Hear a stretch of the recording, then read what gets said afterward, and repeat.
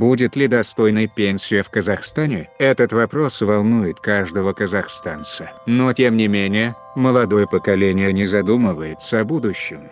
О том, что будет с ними, когда придет время выхода на пенсию. Многие не верят в пенсионные отчисления, надеясь на то, что станут успешными бизнесменами и смогут сами обеспечить себя для красивой старости. Однако не у всех это получается и порой приводит к недобрым последствиям. Что же такое пенсия? Какая она в Казахстане? Последнее повышение пенсии со стороны работодателя вводится условно-накопительные компоненты за дополнительных процентов по взносам за работников. В остальном все остается по-прежнему. А вот пенсионный возраст также планируется увеличивать ежегодно. В 2019 году он составит 59 лет и потом каждый год будет увеличиваться на полгода, пока не достигнет отметки в 63 года. Увеличение на 16% ознаменует второй этап проведения реформы. Увеличение размеров социальных выплат произошло на основании новой методики расчета прожиточного минимума. Но с приходом новых условий меняется и условия назначения пенсии. Теперь базовая выплата назначается только при наступлении соответствующего возраста. Зависит она от стажа, и если он меньше 10 лет, то сумма будет равна половине обозначенного прожиточного минимума. Но ежегодно размер будет увеличиваться на 2%. Запланированные реформы давно назревали в республике. Необходимость в них не пришла вместе с кризисом, а появилась задолго до него. Ожидается, что в среднем размер пенсии будет увеличен на 16%. Об этом уже есть официальные данные. Первый этап реформы начался в начале 2017 года, тогда пенсионные выплаты увеличили на 11%, и в сравнении с предыдущими годами это был существенный скачок для пенсионеров. Впоследствии произошло еще одно повышение на 9%, итого за год 20%. Что оказалось существенной надбавкой. Как начисляется пенсия в Казахстане? В Казахстане мужчины могут выйти на пенсию при достижении 63 года. Для женщин – 58 лет. С 2018 года на основании законодательства РК пенсионный возраст для женщин будет увеличиваться каждый год на 6 месяцев. Подобное увеличение будет происходить до 2027 года по достижении порога в 63 года. Наглядно это будет выглядеть так.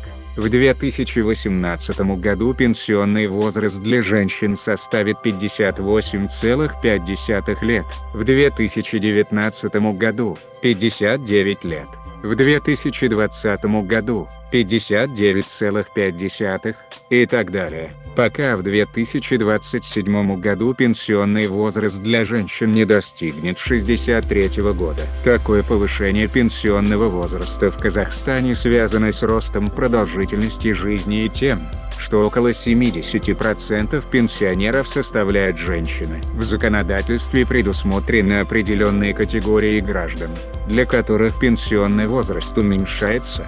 Пенсионный возраст составляет 53 года для женщин, родивших или усыновивших более 4 детей и воспитавших их до 8-летнего возраста, 50 лет для мужчин с трудовым стажем 25 лет и более до 1998 года, проживавших с 29 августа 1949 года по 5 июля 1963 года, не менее 5 лет, в зонах экологического риска, пострадавших вследствие испытаний ядерного оружия на Семипалатинском ядерном полигоне, 45 лет для женщин с трудовым стажем 20 лет и более до 1998 года, проживавших с 29 августа 1949 года по 5 июля 1963 года, не менее 5 лет, в зонах экологического риска, пострадавших вследствие испытаний ядерного оружия на Семипалатинском ядерном полигоне.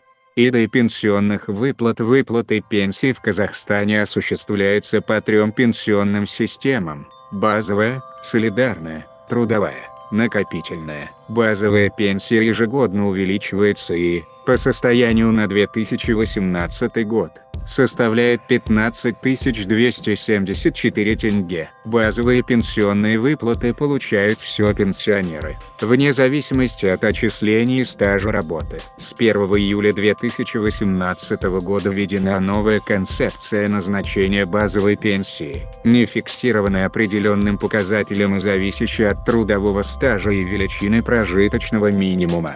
ПМ. Трудовая солидарная пенсия начисляется лицам, которые работали до 1998 года с трудовым стажем не менее 6 месяцев. Таким образом, если ваш трудовой стаж удовлетворяет этому условию, то вы будете получать базовые солидарные пенсионные выплаты. Министр также отметила, что в Казахстане с 1 июля увеличили базовую пенсию. Это повышение затронет более 2 миллионов пенсионеров.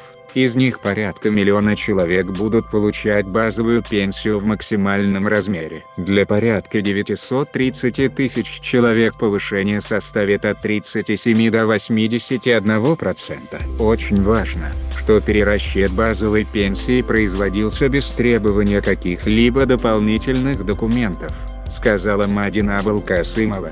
На этом у нас все. Кому понравилось, ставим лайк, подписываемся на канал, жмем на колокол, чтоб не пропустить новое видео. Всем пока-пока.